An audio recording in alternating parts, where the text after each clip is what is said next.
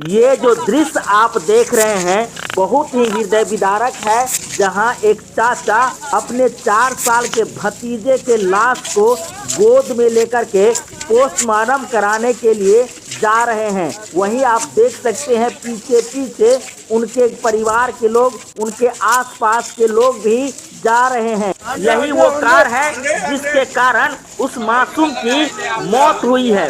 बता दें, जैसे ही टर्निंग के पास में तेज रफ्तार गाड़ी आती है तो ड्राइवर से ये कार कंट्रोल नहीं होता है और बगल में फ्लैक्स देख सकते हैं।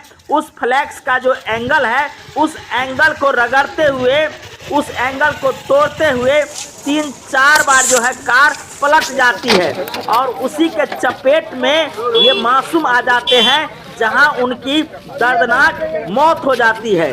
बता दें कि वो मासूम अपने दादा के साथ कहीं जा रहे थे, उनके दादा को भी गंभीर चोट लगी है। वहीं बगल में चाय बेचने वाले चाय लेकर के जा रहे थे, उसी दरमियान वो भी इस कार के चपेट में आ गए, जहां उनकी हालात जो है बहुत नाजुक बताई जा रही है। जिंदगी और मौत से वो जूझ रहे हैं। इस प्रकार से जो है 4 लोगों की जो है उस जगह पर एक्सीडेंट के कारण बहुत ही गंभीर चोट लगी है। जहां एक की मौत हुई है उसमें वो नाबालिग था, जिसको आपने देखा कि उनके चाचा जो है पोस्टमार्टम कराने के लिए ले जा रहे हैं। देख सकते हैं सूरी स्कूल की तरफ से एम्बुलेंस आ रही है और इसी एम्बुलेंस में उस लाश को रख करके पोस्टमार्टम कराने के लिए ले जाया जाएगा।